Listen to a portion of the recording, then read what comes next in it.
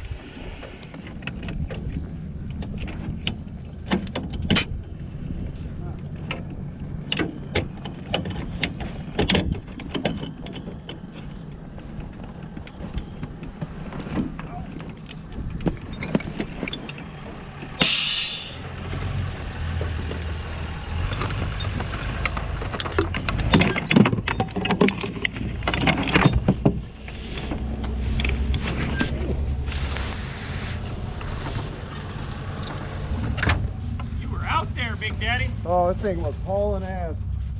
Way too fast. Oh, maybe I was slow. No, I went a 40 something. Oh, you can hear. Yeah. I was way behind you. You know what? And I had you on the These line. stupid cars, I make 5 runs on Thursday. I think I got a handle on it. Then I go out there and run a 40 something. We had some pretty weird conditions this morning. David, how are you? How you doing? Good, sir. Good to see you. Yeah.